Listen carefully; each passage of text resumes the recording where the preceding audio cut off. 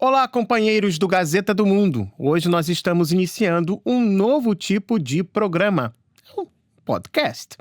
Eu gostaria depois que vocês também dessem seu comentário sobre o novo formato.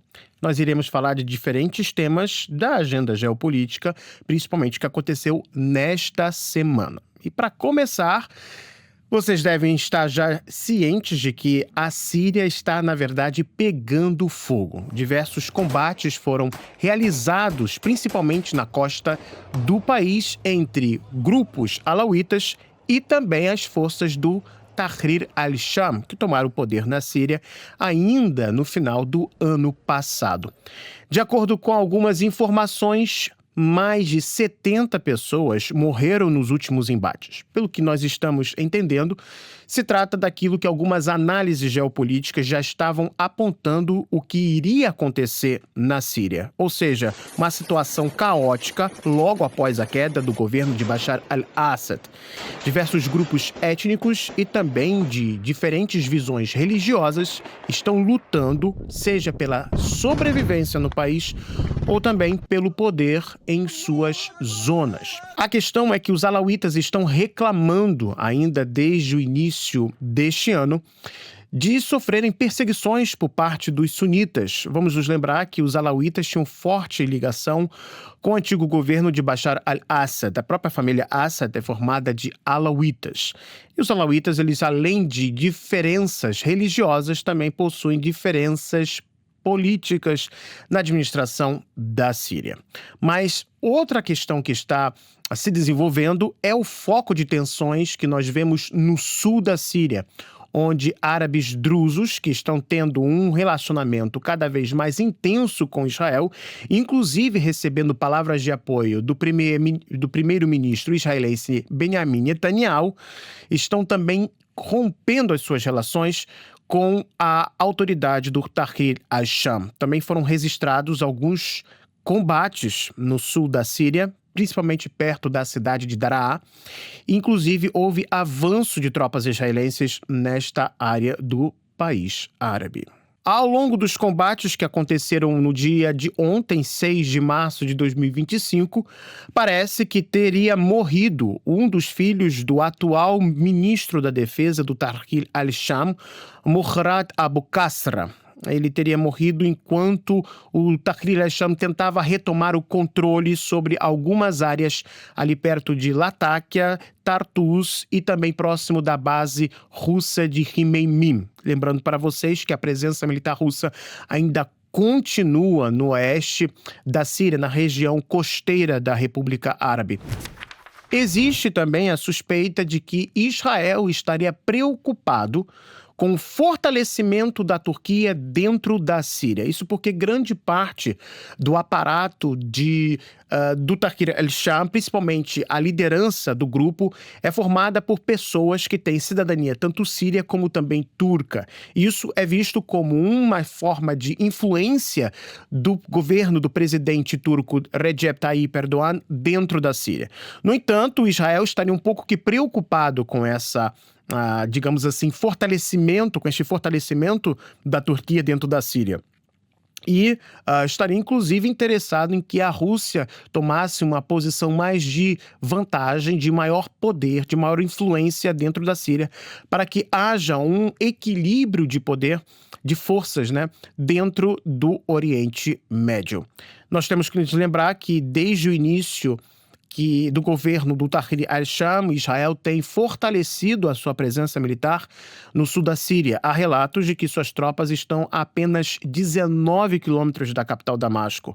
Nunca os israelenses estiveram tão perto por tão longo período, desde talvez da guerra de 1967, a Guerra dos 6 Dias. Um outro assunto que também vale a pena a nossa atenção é sobre a perspectiva de fim das sanções ocidentais, principalmente dos Estados Unidos, em relação à Rússia. Nós não temos ainda promessas cabais, né, promessas escritas de que os Estados Unidos irão remover as suas sanções contra bancos russos ou até mesmo contra as importações russas ou até mesmo lideranças russas. No entanto, já há notícias abertas, né, tanto por parte de declarações de Trump, como também do seu secretário de Estado, Marco Rubio, de que os Estados Unidos têm um interesse em reduzir ou até mesmo acabar, ao longo do processo de negociações ou até mesmo depois das negociações de paz para o conflito na Ucrânia, acabar com as sanções contra a Rússia. Mas uma coisa que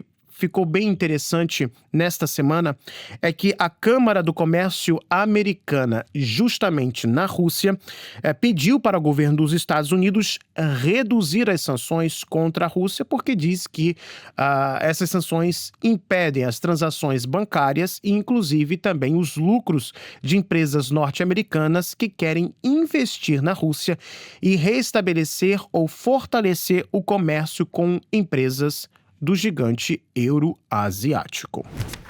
A União Europeia falhou em chegar a um acordo sobre um novo pacote de ajuda à Ucrânia. Dessa vez, os europeus estavam querendo um pacote de 32 bilhões de euros para o país em conflito do leste europeu. Só que, como era já de se imaginar, a Hungria barrou tal pacote de ajuda. Uma coisa interessante também é que os europeus estavam querendo, além do dinheiro, prestar certas garantias de segurança à Ucrânia. Zelensky tem pedido garantias de segurança aos europeus e os norte-americanos. Os norte-americanos têm tido um pé na frente e outro atrás quando se trata em prometer tais garantias. Os europeus têm sido um pouco mais avançados nisso, mas devido à grande quantidade de países que faz parte da União Europeia, nós temos vozes dizendo que sim, nós devemos dar garantias de segurança, outras vozes são contra isso, e além do mais, até aqueles países que querem, por exemplo, dar alguma espécie de garantia de segurança à Ucrânia, eles têm certas discordâncias entre si sobre como deveriam dar esse tipo de garantia. Por exemplo, os franceses e os britânicos, eles querem enviar tropas depois de um acordo de paz ser alcançado na Ucrânia. No entanto, eles também convidaram a Alemanha e a Itália para fazerem parte desse contingente da paz.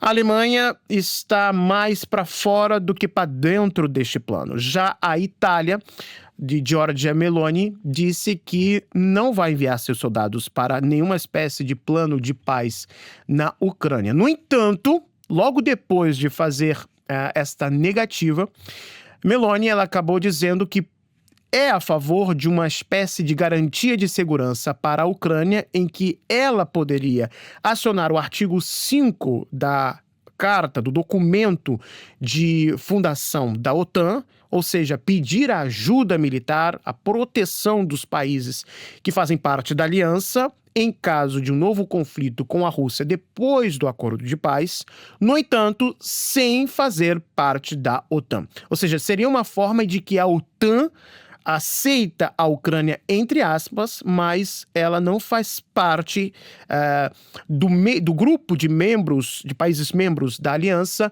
de forma oficial. Mas eu acredito que esse plano, essa proposta de Meloni, ela é bem irrealista, na verdade, porque é uma espécie de segurança, alguma espécie de proteção que eles vão dar para um país que não é do grupo deles, não é do clube, mas que teria, pelo menos da forma virtual, os mesmos direitos do que um país membro. Uma coisa bastante estranha.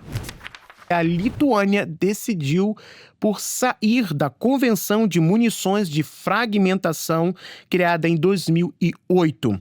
O país alega que desde o momento em que esta convenção foi estabelecida, o cenário de segurança, principalmente na Europa, mudou e, por isso, é necessário haver uma espécie de revisão dos tipos de armamentos que podem e que não podem ser usados em um conflito armado. Pode ser que a Lituânia tenha planos, inclusive, de fornecer esse tipo de armamento para a Ucrânia, mas nós devemos nos lembrar que a Ucrânia já recebeu esse tipo de munição, inclusive dos Estados Unidos, sendo que os Estados Unidos era contra esse tipo o uso de bombas, de explosivos de fragmentação, mas durante o governo Biden houve uma espécie de revisão justamente para apoiar a Ucrânia, ou pelo menos a mantê-la no conflito com a Rússia. O mais interessante disso tudo é que quando o governo norte-americano decidiu enviar esse tipo de munição para a Ucrânia, os chefões do Pentágono, inclusive o ex-secretário de Defesa Lloyd Austin, eles diziam que não viam na perspectiva a possibilidade de vitória total da Ucrânia. Eles viam que muitos erros foram cometidos pelos militares ucranianos e que não havia também nenhuma espécie de arma game changer, ou seja, nenhuma arma super poderosa que pudesse vencer os russos. Então, eles praticamente disseram que o envio das chamadas bombas de fragmentação não iria de forma profunda mudar a situação na linha de frente.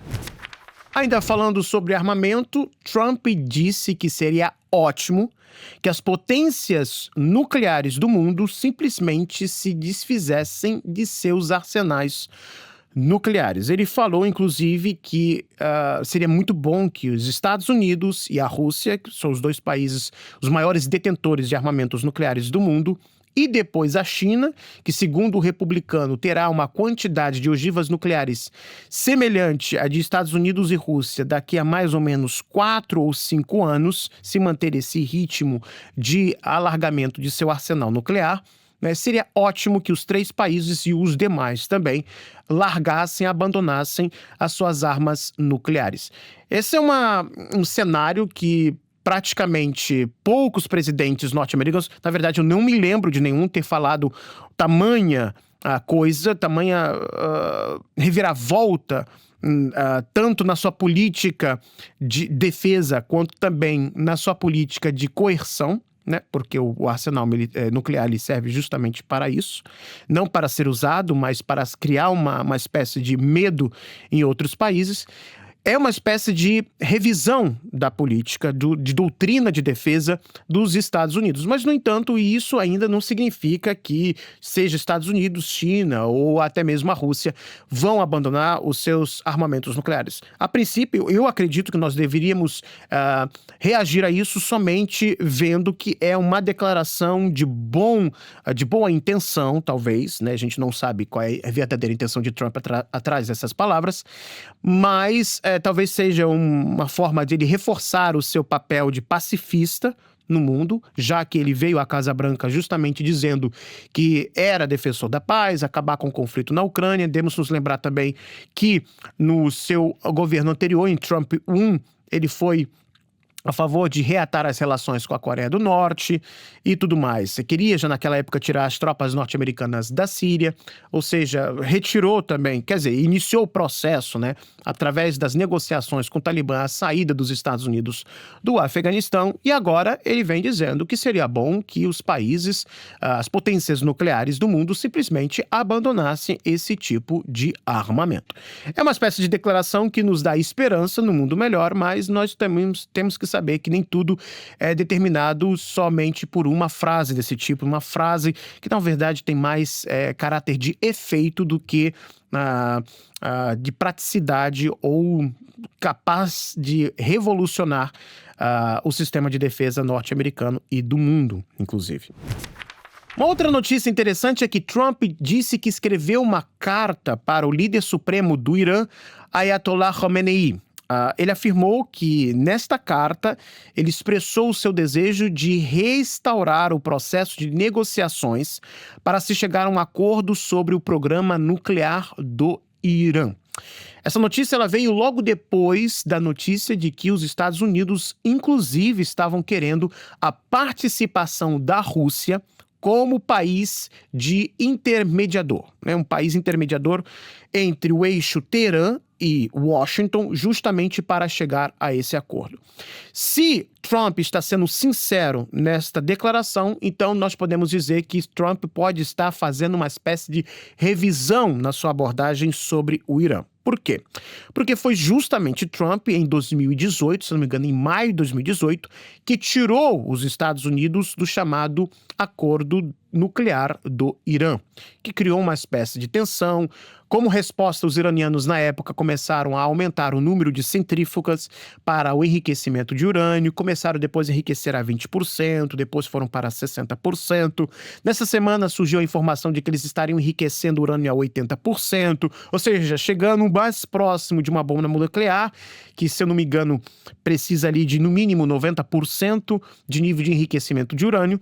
Embora isso, a gente não pode, baseada nessas notícias, dizer que o Irã tem esse tipo de armamento, tem intenção de ter esse tipo de armamento. Pode ser que sim, pode ser que não, a gente não tem certeza disso. Mas o fato é que, se Trump está dizendo que está a fim de voltar à mesa de negociações com o Teherã, então muito provavelmente ele está revendo a sua política e não querendo talvez repetir erros que foram cometidos durante o seu primeiro governo em relação ao Irã. Eu espero que vocês tenham gostado desse pequeno podcast e nos encontramos de novo na próxima semana às 19 horas aqui no YouTube. Até mais, pessoal. Tchau, tchau.